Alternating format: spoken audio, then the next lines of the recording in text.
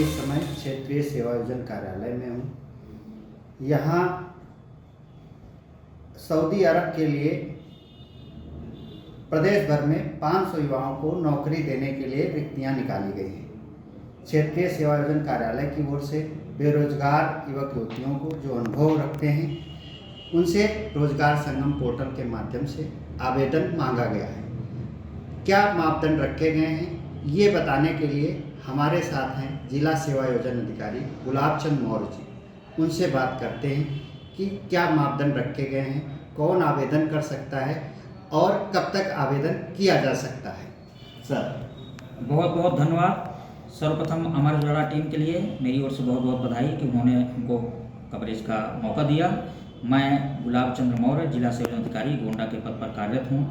मैं गोंडा के युवाओं के लिए अवगत कराना चाहूँगा कि सरकार की शीर्ष प्राथमिकता के तहत सऊदी अरब में लगभग 500 पदों पर वैकेंसी ओपन की गई है, जो कि रोजगार संगम पोर्टल के ओवरसीज सेक्शन से ये भर्तियां की जाएंगी। इच्छुक अभ्यर्थी जिनका पासपोर्ट बना हुआ है और वो 5 वर्ष का अनुभव रखते हैं संबंधित क्षेत्र में, वो आवेदन कर सकते हैं।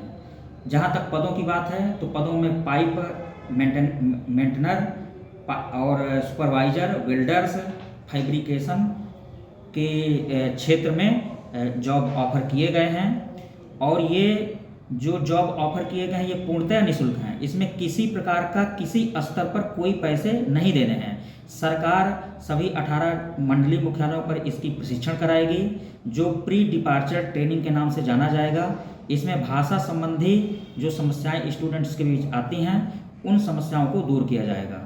सऊदी अरब खाड़ी देश के रूप में जाना जाता है, जहां की हमारे बहुत से भारतीय प्रवासी भारतीय के रूप में वहां पर जॉब करते हैं और एक हमारे पास विदेशी मुद्रा का संचयन भारत में रेमिटेंस के रूप में प्राप्त होता है, जो कि विकसित भारत 2047 के लिए एक रूपरेखा तय करेगा।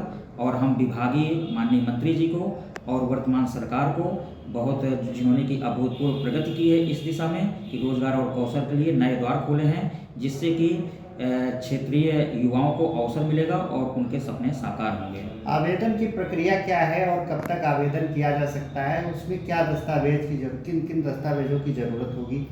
हाँ, स्टूडेंट्स के लिए जो भी पहला दस्तावेज है कि उनके पास वैलिड पासपोर्ट हो, जो कम से कम 3 वर्ष की वैलिड हो, और अगर वैलिड नहीं है तो वो तत्काल उसको रिन्यूअल के लिए एप्लीकेशन दे सकते हैं, तो वो भी आवेदन कर सकते हैं। साथ ही उनको थोड़ा सा अंग्रेजी भी जानना जरूरी है, जैसे पानी को वाटर बोलते हैं, बुखार को फीवर बोलते हैं, तो एक बेसिक नॉलेज होना चाहिए। और साथ ही वो यदि इंटर BA किए हैं तो बेहतर है। और चूँकि कार्य कुशलता कौशल की इसमें डिमांड की गई, फैब्रिकेशन एक कौशल कार्य है, तो उनकी कुशलता जरूरी है, पढ़ाई से अधिक उनको काम में दक्ष होना चाहिए। और बाकी ट्रेनिंग के माध्यम से या प्री डिपार्चर ट्रेनिंग के माध्यम से हम लोग प्रशिक्षण के अवसर उपलब्ध कराएंगे, भाषा संबंधी कठिनाई को दूर करेंगे। और जो भी बच्चे अपना आधार कार्ड, पैन कार्ड के साथ जो है आवेदन करेंगे, OTP के माध्यम से उनके मोबाइल में आवेदन होगा। और जो बच्चे हमारे रोजगार संगम पोर्टल में पंजीकृत हैं वही बच्चे इसमें आवेदन कर सकेंगे, इसलिए यहाँ पर फ्रॉड की कोई गुंजाइश नहीं है।